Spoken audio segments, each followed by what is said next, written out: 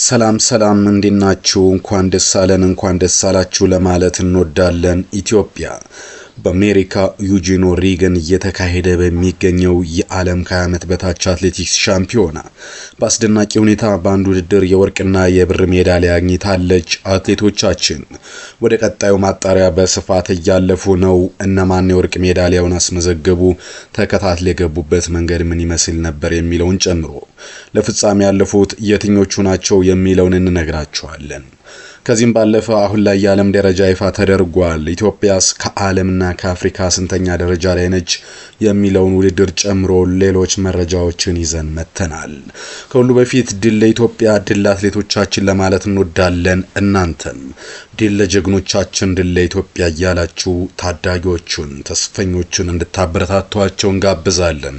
ወደ መረጃው አለፍን። 3000 ሜትር መሰናክል ወርቅ የወሰደችው አልማዝ ከፊት ለፊት ቆማለች። እንኳን ደስ ያለሽ። ከነብሩ ደስ ያለሽ። እንዴት ነው ውድድሩ? እንዴት አገኘሽው? ውድድር እድል አጋጣሚ ነው የሚያገኘው።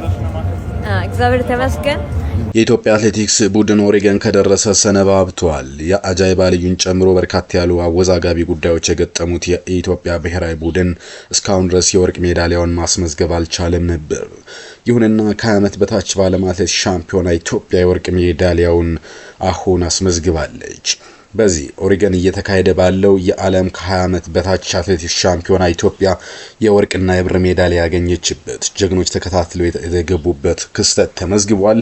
የኢትዮጵያውያን በተለይ ይህንን ድል ልዩ የሚያደርገው በአጭር ርቀት ወይም በ3000 ሜትር መሰናክል መሆኑ ምናልባትም ኢትዮጵያ ከ5000ና 10000 ወጣ ብላ በእንዲህ አይነት ውድድሮች ተጽዕኖ ለመፍጠርና ለማሸነፍ በቀጣይ ድል ይፈጥርላታል ተብሎ እየተጠበቀ ነው። በዚህም ሁለቱ የሀገር ልጆች አትሌት አልማዝና አትሌት ወሰን ያሰፋ እስከ መጨረሻው ድረስ በመደጋገፍና በቡድን ስራ ተከታትለው በመግባት ወርቅና ብር አስገኝተዋል። አትሌት አልማዝ ዮሐንስ ርቀቱን በ9:15:81 በሆነ ጊዜ ቀዳሚ በመሆን ለኢትዮጵያ የወርቅ ሜዳሊያውን ስታስገኝ ሰንደቁን ከፍ አድርጋ ውለብልባለች።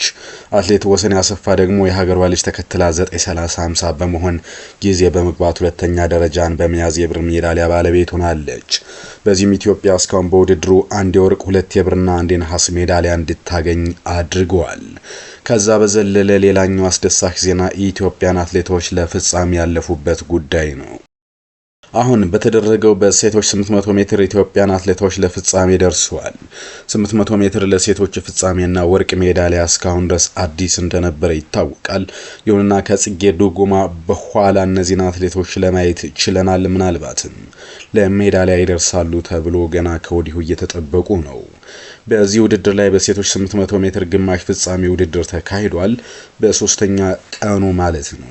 በዚህ ውድድር ኢትዮጵያን ወክለው የተሳተፉ አትሌቶች ደራርቱ ሽብሩና ሀብታም ገበየው ለፍጻሜ ውድድር አልፈዋል። ስለዚህ ኢትዮጵያ የሁለት የፍጻሜ ተፋላሚዎች ምናልባትም ለ3000 ሴቶች መሰናክል ውድድር በወርቅና ብር ካልሆነም ደግሞ አንድ ሜዳሊያ ማግኘታችን አይቀርም እያሉ ነው። በተለይ ደግሞ የገቡበት ሰዓት እጅግ አስደናቂ ሆኖ ተመዝግቧል። አትሌት ደራርቱ ሽብሩ በምድብ 2 ተወዳድራ በ2:03:41 በመግባት ነው ለፍጻሜ የደረሰችው። በእርግጥ በዚህ የግማሽ ፍጻሜ ውድድር ነውና ምናልባት ሶስተኛ ወጣና ያለፈችው ለዚህ ሊነገረን አይችልም ተብሎ ቢጠበቅም ግን የተሻለ ውጤት ማስመዝገባችን አይቀርም እየተባለ ነው።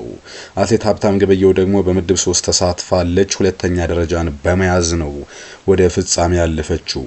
በነገራችን ላይ ከሴቶች በዘለለ እንግዲህ ማለት ሴቶች ናቸው ኢትዮጵያን ከፍተኛ ውጤት እያስመዘገቡ የሚገኙት። በተመሳሳይ ርቀት በወንዶች ውድድር ኢትዮጵያን ወክለው ተወዳድረዋል አትሌት የሮሰን ግርማና አትሌት ነጋሄ እያሱ። ይሁንና ግን ውጤቱ እንደተጠበቀው አልሆነም። ምን ተፈጠረ የሚለውን ላጋራችሁ። አሁን 800 ሜትር የወንዶች ውድድር ተደርጓል። በዚህም ውድድር ኢትዮጵያን አትሌቶች ወደ ፍጻሜ ሳልፉ ቀርተዋል። ሴቶች ተሳክቷል። በዚህ በኦሬገን በ800 ሜትር የወንዶች ውድድር ኢትዮጵያን ወክለው የተሳተፉት ሁለት አትሌቶች ነበሩ። እሱም ሮሰን ግርማና አትሌት ነጋሄ እያሱ ናቸው። በምድብ 1 የተወዳደረው አትሌት የሮሰን ግርማ በውድድሩ ወቅት የዓለም አትሌቲክስ የውድድር ሕግ ጥሰት በመኖሩ ውጤቱ ተቀባይነት አላገኘም። በዚህ ላይ ተጨማሪ ማብራሪያዎች ይመጣሉ ተብሎ እየተጠበቀ ነው። የህግ ጥሰት ምንድነው የሚለው ጉዳይ በተመለከተ ማለት ነው። በሌላ በኩል ግን አትሌት ነጋሄ ኢያሱ ደግሞ 800 ሜትርን 1:50 ከ86 በሆነ ሰዓት ነው የገባው።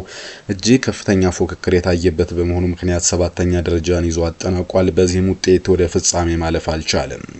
በአጠቃላይ በዚህ ውድድር ላይ ኢትዮጵያውያን ሴቶች ከፍ ያለ ውጤቶችን እያስመዘገቡና እየተፎካከሩ ነው የሚገኙት።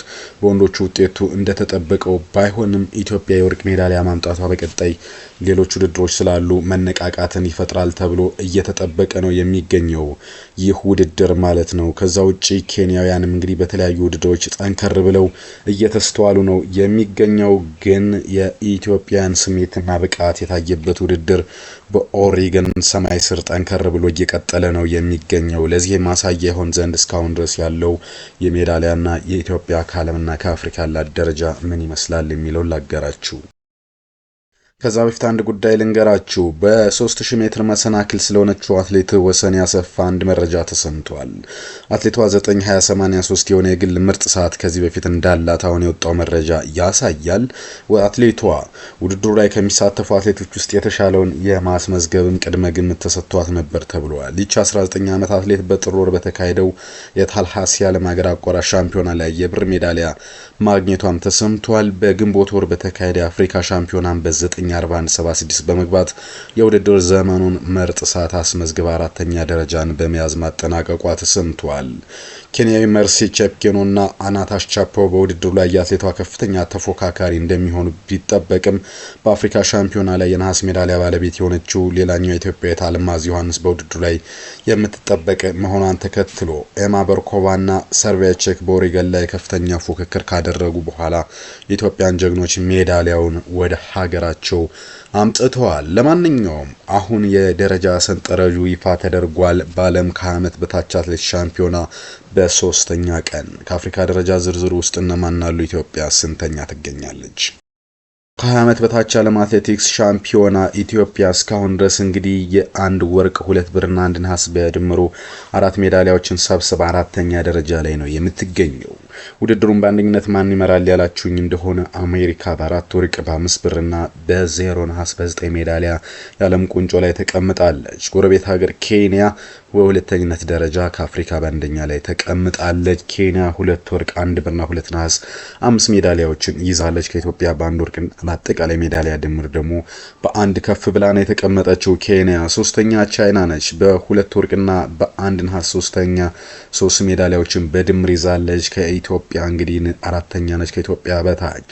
የራስ ተፈሪያኖቹ ሀገር ጃማይካ 5ኛ ደረጃን ተቀምጣለች። ፈረንሳይ 6ኛ ስትሆን ሳውዝ አፍሪካ 7ኛ ደረጃ ላይ በአንድ ወርቅና በ3 ነሐስ በመቀመጥ ከአፍሪካ በ3ኛነት ደረጃ ላይ ተቀምጣለች። ብራዚል 8ኛ፣ ፊንላንድ 8ኛ፣ ናይጄሪያ እንዲሁ በአንድ ወርቅ 8ኛ ደረጃ ላይ ተቀምጠዋል። ውድድሩ ገና 3ኛ ቀን መሆኑ ተከትሎና ሌሎች ልዩ ልዩ ውድድሮች እየተደረጉ መሆኑ ተከትሎ የደረጃ ሰንጠረዥ ለውጥ ይደረግበታል ተብሎ ይጠበቃል። በተለይ ኢትዮጵያ 1 ወርቅ ማምጣት ከቻለች በቀጥታ ወደ 2ኛ ደረጃ ላይ መምጣት ትችላለች። ምክንያቱም ኢትዮጵያ ብሮች አሏት። ኬንያና ቻይና ደግሞ የብር ቁጥራቸው ማነሱን ተከትሎ ኢትዮጵያ 1 ወርቅ የምትጨምር ከሆነ ቻይናንና ኬንያን በመብለጥ ወደ 2ኛ ደረጃ የመምጣት እድል አላት። ይህ እንግዲህ ዛሬና ነገ በሚደረጉ ውድድሮች የሚወሰን ይሆናል። ለማንኛውም አሁን ላይ እየተወዳደሩ ያሉት የኢትዮጵያ ተስፋዎችና ኢትዮጵያን ወደፊት በዓለም የሚስጠሩ ታናናሾች ናቸውና ድል እንዲቀናቸው እንመኛለን። ሁሌም ድል ለኢትዮጵያ። ያሁንና በቃው። መልካም ጊዜ